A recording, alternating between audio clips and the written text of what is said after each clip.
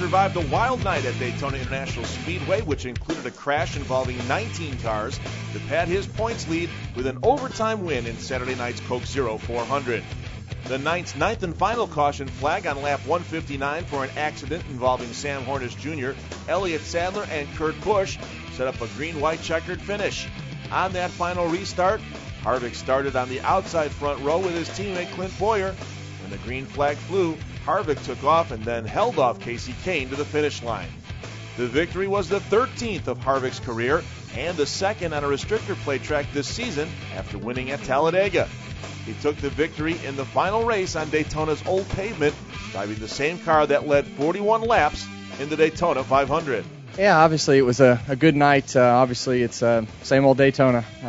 Cars moving around and bouncing around, and handling came into play, and you saw a lot of passing, shuffling, and then there at the end we had the big wreck, and we were fortunate to be in front of it. And really coming to the white, I thought that it was going to be 33 first and us second, and then the caution came out, and we could see the white flag. And I was content with that. I knew those guys needed a good day, and I knew you never know what's going to happen on the last lap with people pushing and shoving from the back. But on the last restart, once the 24 pulled out and slowed those outside two lines down, that was pretty much the end of it.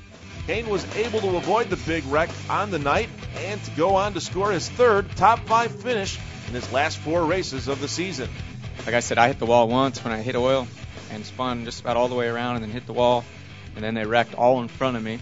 So I would have definitely been in that wreck, so I avoided that one by running into the wall myself, and then the other ones were in my mirror, and I'm happy to run second. I think it was it's definitely a relief to get out of here with a good finish. 6-time Daytona winner Jeff Gordon survived the finish to come home third for his first top 10 in his last 6 Daytona starts. Man, I'm just happy to survive one of these restrictor plate races. It's been a while since we've done that, and we had a pretty good night. Car drove good, especially on the long runs, and we avoided the big ones and got ourselves in a good position to win the race, and got a good restart. Was pushing Clint, and I don't know what happened. It just seemed like he was riding the brakes, and we weren't going anywhere, and so I went to pass him, and that kind of just messed up our momentum to really have a shot at winning. So we're pretty happy to finish third. Dale Earnhardt Jr., who struggled with the handling on his number 88 Chevrolet all night, was able to finish 4th and move up to 11th in the standings. Jeff Burton, who led 11 laps, finished 5th. His RCR teammate Boyer was also in contention for the win, but got shuffled back on the final restart and then was spun out on the backstretch on the final lap to finish 17th. Carl Edwards rounded out the top 6. He remains 12th in the standings. Kurt Busch led 14 laps and was involved in 2 incidents. He was able to bring home his damaged Dodge in 7th. Reed Sorensen finished 8th in the Red Bull Racing Toyota for his first top 10 this season. Mike Bliss stepped into the number 71 TRG Motorsports Chevrolet and finished 9th for his second top 10 on a plate track this year.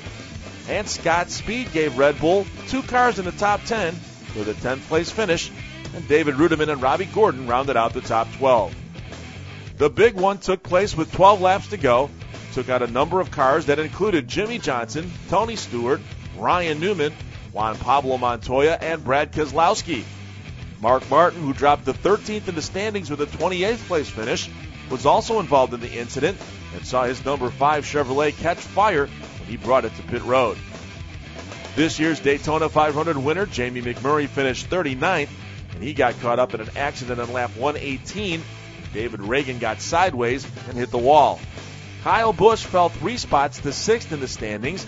He and Juan Pablo Montoya made contact on the backstretch. Busch, who was leading the race at the time, finished 40th after heavy contact with the wall. Be sure to check back with MotorRacingNetwork.com for the latest from Daytona, and stay with us all week as we count down to the LifeLock.com 400 at Chicagoland Speedway.